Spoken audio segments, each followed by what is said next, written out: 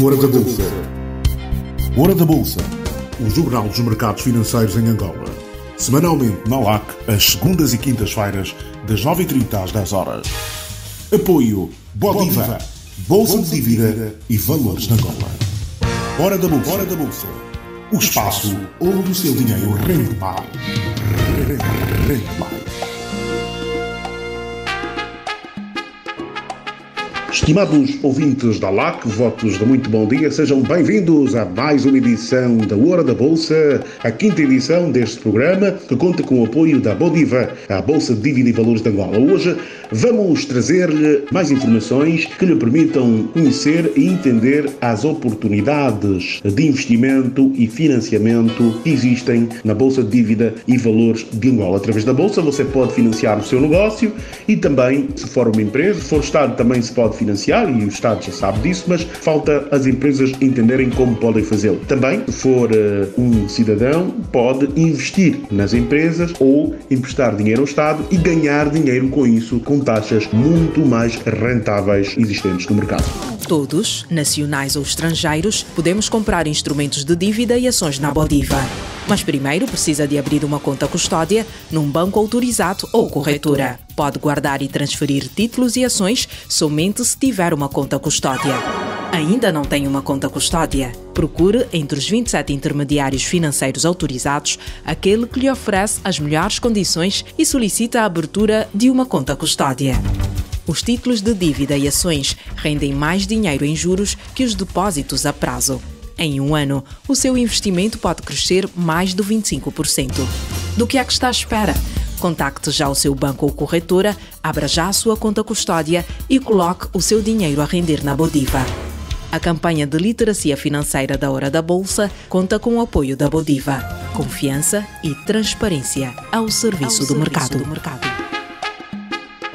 Hoje, entre as principais notícias, vamos contar-lhe que a Mota-Engil e Sonangol vão inaugurar as IPOs na Bodiva. A Mota-Engil, Multitel, TV a Cabo e Sonangol foram apuradas pela Comissão Interministerial do Programa de Privatizações para inaugurar o processo de abertura de capital em bolsa por oferta pública inicial em 2021. Vamos falar disso na rubrica Literacia Financeira. O nosso convidado da semana é o Dr. Alberto Vunge, economista, que nos vem ajudar a compreender como calcular a rentabilidade de valores mobiliários. Esta semana vamos aprender a calcular a rentabilidade de valores mobiliários, sejam eles ações, títulos de participação, obrigações ou bilhetes do Tesouro, emitidos pelo Estado ou pelas empresas, como calcular a rentabilidade para decidirmos se vale ou não a pena investir nesses instrumentos de dívida pública. Vai aprender isso hoje na rubrica Literacia Financeira e, por fim, vamos trazer-lhe um outro espaço também de literacia financeira com a coordenadora do Departamento de Liquidação da Bodiva, Natália de Jesus, que nos vai ajudar a compreender como é que nós escolhemos o intermediário financeiro certo para a compra e venda das nossas ações no futuro e, de momento, as obrigações ou instrumentos de dívida existentes na Bodiva. Fique connosco, aprenda tudo isso acompanhando a presente edição da Hora da Bolsa. Momento das notícias. Momento das notícias na Hora da Bolsa. Na Hora da Bolsa. Vamos às notícias na Hora da Bolsa. A Mota-Engil, Multitel, TV a Cabo e Sonangol foram apuradas pela Comissão Interministerial do Programa de Privatizações, PROPRIV, para inaugurarem o processo de abertura de capital em bolsa por oferta pública inicial. Já em 2021, segundo apurou o Jornal Expansão, fontes ligadas às 4 empresas afirmam que já começaram a trabalhar nas fases iniciais para a privatização por via da Bolsa da Dívida e Valores de Angola, Bodiva, e que aguardam pela publicação do decreto presidencial que autoriza a privatização para contratar os intermediários financeiros para prepararem o processo de privatização por esta via. Ou seja, a Sonangol, enquanto empresa do Estado, tem participações nessas empresas e vai vender as suas participações. E os outros acionistas decidiram que vale a pena fazê-lo por via da Bolsa e ensaiando assim a abertura de capital. Contrariamente ao processo de leilão em Bolsa, que vai acontecer já com o BCI, em que apenas podem comprar os ativos de investidores previamente qualificados na modalidade de oferta pública inicial, os angolanos e estrangeiros terão a oportunidade de adquirir ações de empresas nacionais, tornando-se sócios das mesmas. O Hora da Bolsa vai continuar a trazer-lhe informações sobre esse assunto no futuro. Vamos olhar para o mercado internacional. Saiba que o petróleo, maior commodity de Angola, também é vendido em bolsa. Embora Angola não venda, de acordo com informações de fontes ligadas ao processo, Angola não vende o Brent na Bolsa de Londres. Entretanto, usa-o como referência para as suas vendas no mercado físico. Dizer que o Brent crudo chegou esta semana a comercializar a $41,77, menos 1,63% do que no dia anterior. No mercado físico, o barril de Brent está a ser vendido a $42,14. É assim que não é em bolsa, é no mercado físico, serve de referência para as exportações de petróleo angolana.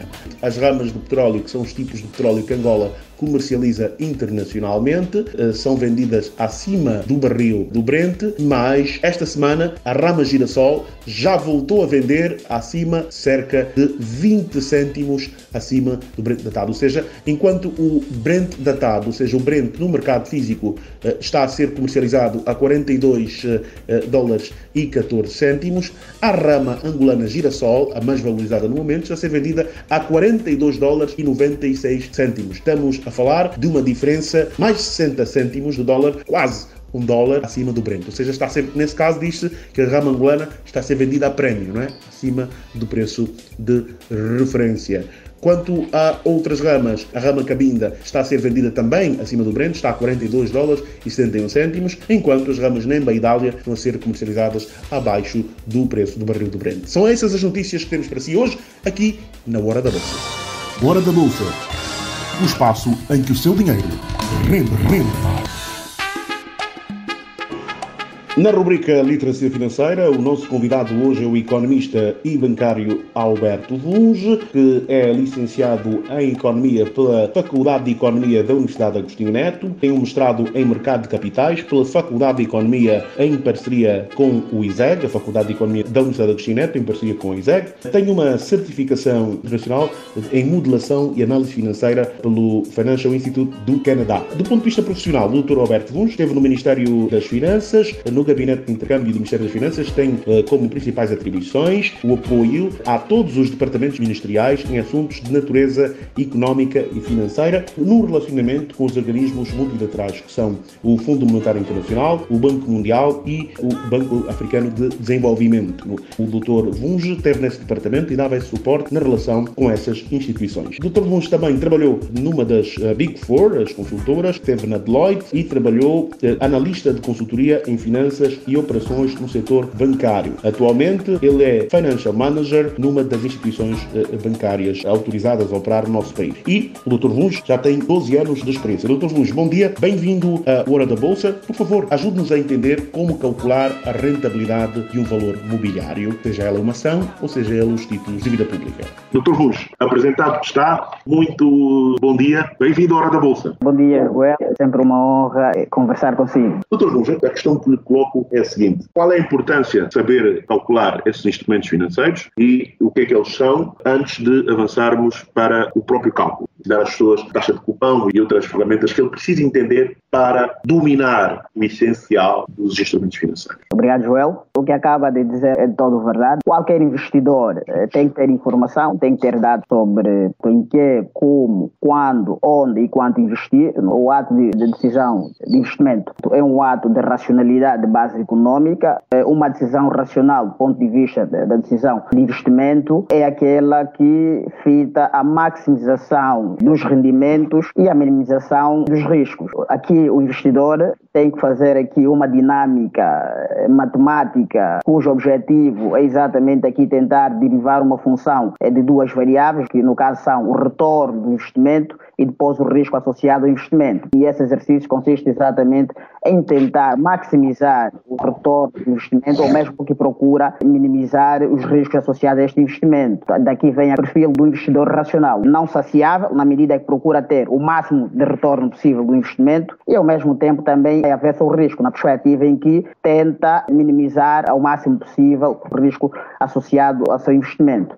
Aqui o tema da literacia financeira, para potenciar exatamente o investimento em títulos, no caso, quer sejam títulos de participação, como no caso as ações, por exemplo, são títulos de participação, porque conferem aos seus detentores direito sobre património de uma determinada organização, e depois também podemos ter aqui títulos de dívida, como são as obrigações, não é? Que não confere aos seus detentores direito sobre património da entidade, mas confere a estes direito a receberem pagamentos em data específica e depois, na maturidade do contrato, o retorno do investimento feito na obrigação. O conceito de título é exatamente um conjunto de papéis ou um contrato que garante ao seu detentor o direito de receber pagamentos em datas específicas e no final também o retorno do principal. O principal é o capital que ele investe inicialmente. Este conceito está mais aliado para títulos de dívida, como são as obrigações, porque no caso dos títulos de participação, como por exemplo as ações, os pagamentos aos seus detentores não são garantidos nem acontecem em data específica. São muito dependentes daquilo que é o desempenho da empresa aonde se tem essas participações.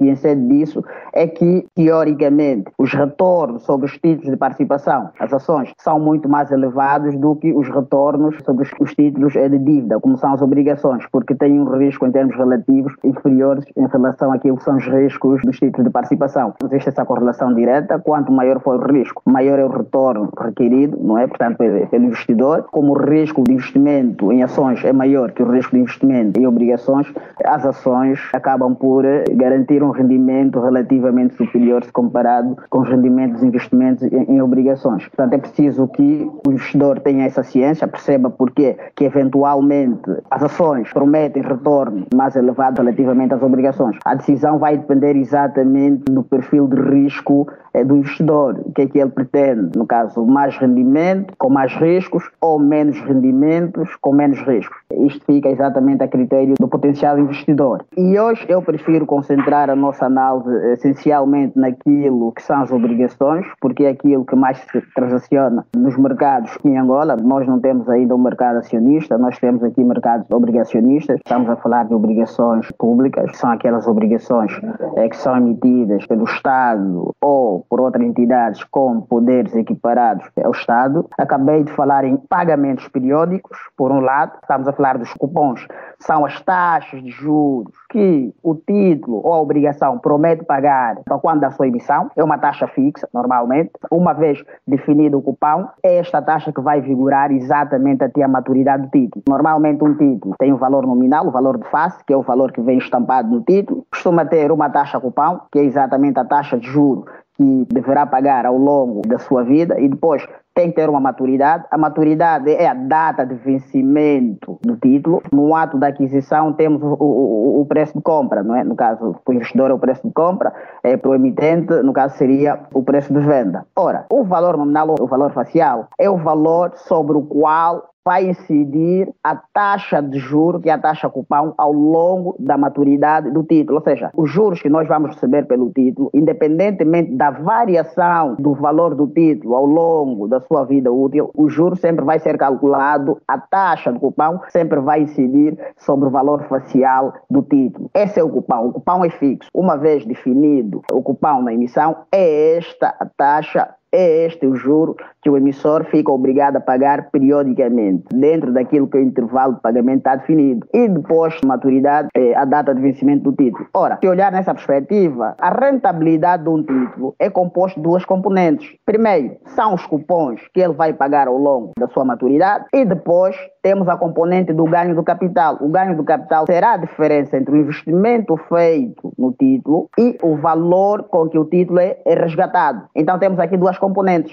A rentabilidade tem a parte dos juros, do cupom, e depois tem a parte do ganho do capital. É assim que a gente calcula o rendimento de um determinado título. Existem três formas de medir o rendimento de um título, que é muito mais comum, é o yield to maturity, ou seja, o rendimento até a maturidade. É o rendimento esperado pelo detentor da obrigação se este decidir manter o investimento até a data do vencimento. Ele acaba por recolher todos os fluxos financeiros de pagamento que o título promete ao longo da sua vida útil e, na maturidade, ainda pode realizar um ganho de capital se eventualmente o valor de resgate do título for superior ao valor do investimento inicial do título. Entretanto, no ato da emissão, o título pode ser emitido em 3 situações. Ou pode ser emitido ao valor incerto no título, que no caso está com um preço de 1.000 e efetivamente ele também está a ser emitido ao valor de 1.000 e aqui a gente paga 1.000. Nessa situação estamos a dizer que o título está a ser vendido ao par. Seu preço é exatamente igual ao seu valor facial. Nessas situações, o rendimento do título até a maturidade será exatamente igual ao valor do cupão. Para além do cupão, não teremos rendimentos adicionais. O yield to maturity, nesse caso, é o seguinte: quando o preço de emissão é igual ao valor facial, então o rendimento esperado do título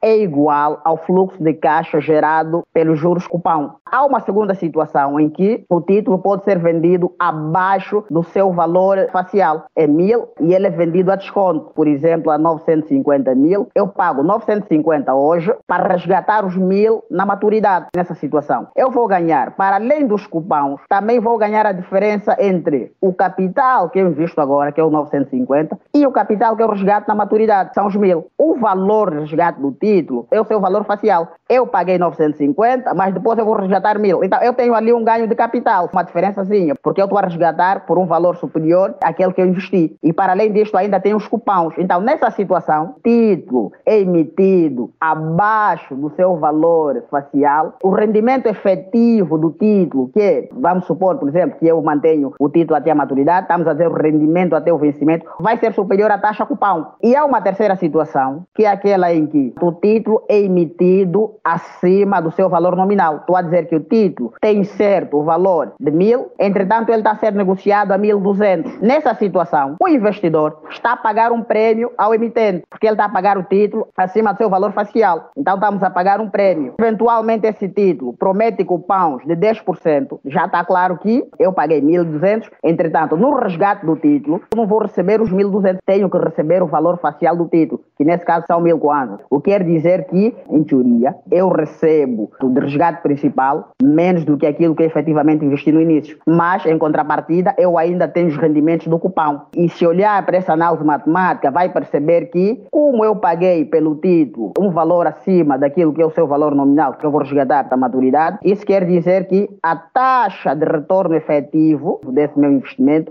vai ser inferior do que a taxa cupão. O investidor prometeu uma taxa cupão de 10, mas como eu lhe paguei o prêmio, claramente que este prêmio vai amortizar uma parte do cupão que eu vou receber periodicamente. No final, o meu rendimento efetivo vai ser inferior aos 10%.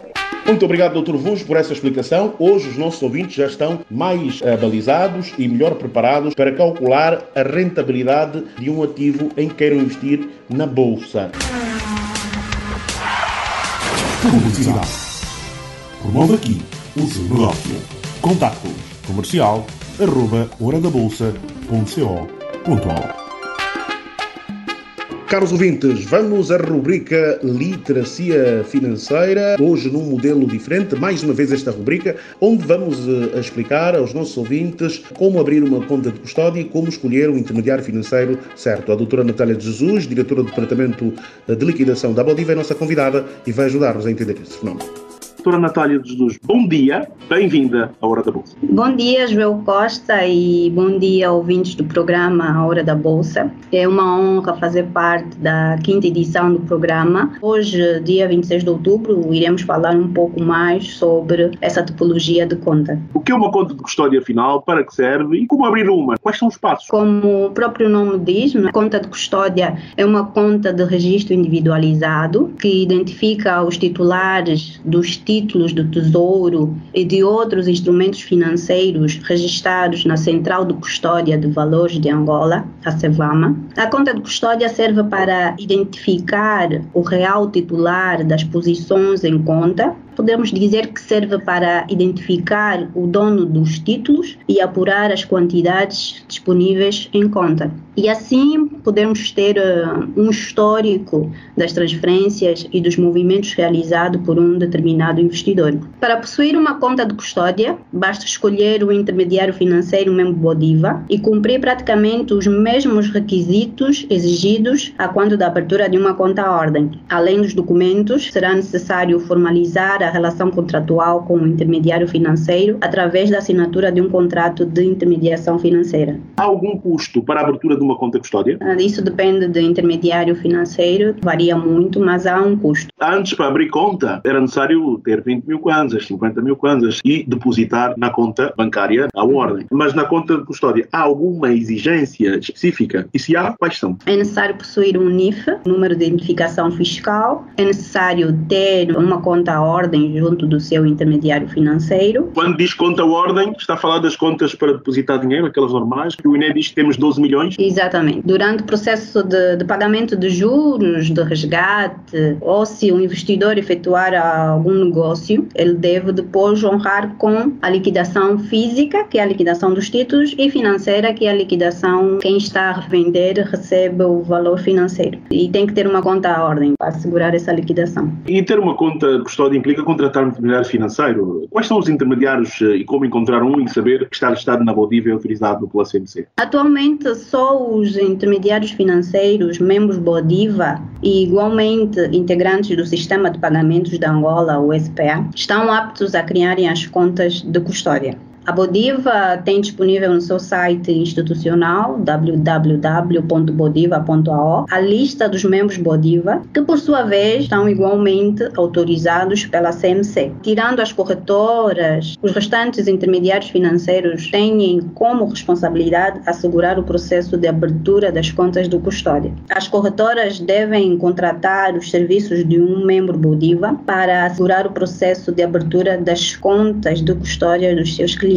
Quando procuramos uma casa ou um carro, escolhemos aquele que se adequa às nossas necessidades, né? O que é melhor para nós. Quando procuramos uma casa, também é igual. Nós temos sempre um intermediário que nos ajude para isso normalmente. Mas quando escolhemos um intermediário financeiro, que aspectos devemos ter em conta? Antes de escolhermos um intermediário financeiro, devemos fazer um estudo de mercado. Quais são os intermediários financeiros, membros Bodiva mais ativos, os que possuem maior número de contas, analisar o pressário, ver quais são os serviços taxados, visto que a tabela de comissões varia muito de intermediário financeiro para intermediário financeiro. Devemos ter em consideração o melhor preço quando estamos a escolher um intermediário financeiro. Muito bem, obrigado, doutora Natália de Jesus. Sou agora Simples caro ouvinte, está a acompanhar a rubrica Literacia Financeira. Hoje o nosso tema é a conta de custódia, como abrir uma, e os intermediários financeiros, como escolher o melhor. A doutora Natália de Jesus, que é a coordenadora do Departamento de Liquidação e Custódia da Bodiva, explicou-nos já como é que podemos escolher um bom intermediário financeiro, e aqui um dado muito importante. É necessário perceber se esse intermediário já está habituado a essas transferências, qual é a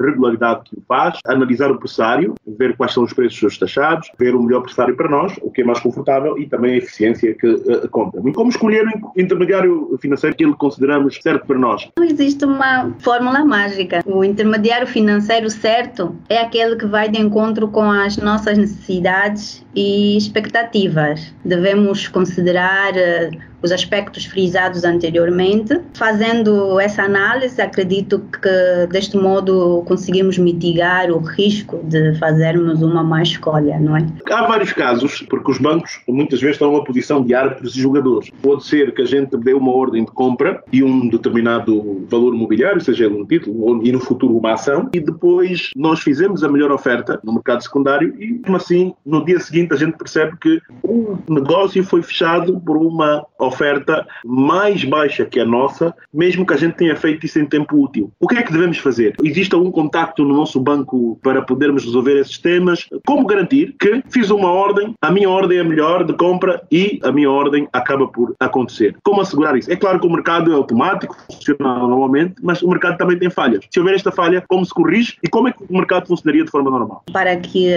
haja um negócio, deve existir uma ordem contrária. Seria uma ordem ordem de venda. O investidor deve consultar o livro de ordens disponível no site Bodiva, visando identificar ordens contrárias, isto é, uma ordem de venda que permita a efetivação do negócio. O nosso sistema de negociação considera o critério de melhor preço e o melhor tempo. Se o negócio foi efetivamente o que teve o melhor preço e foi lançado primeiro que as outras ordens, é este negócio que será concluído. No caso, se o investidor se deparar com uma situação análoga, deve entrar em contato, em primeiro lugar, com o seu intermediário financeiro, procurar entender o porquê que a sua ordem não foi efetivada. Caso o intermediário financeiro não consiga esclarecer devidamente as questões do investidor, pode recorrer à Bodiva através do nosso site de reclamações, e a Bodiva vai procurar conversar com o intermediário financeiro e apurar as causas pelo qual o negócio não foi efetivado.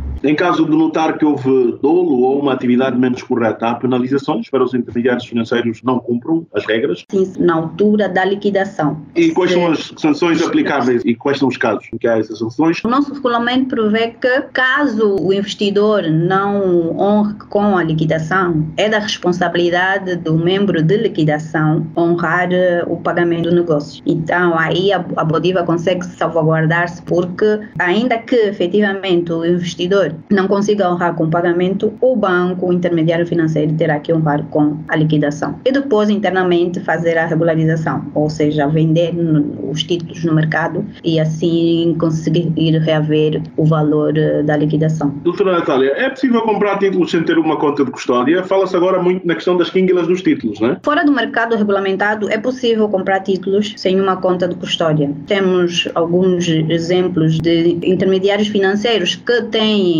uma conta jumbo onde são depositados títulos de vários investidores. Isto não é a melhor prática, porque se estivermos aqui num cenário de falência do intermediário financeiro, fica difícil apurar o real detentor dos títulos, porque eles estão todos numa única conta. Tem contas da Natália, tem contas do Joel, e caso aconteça essa situação de falência, fica difícil apurar quem é o real detentor dos títulos.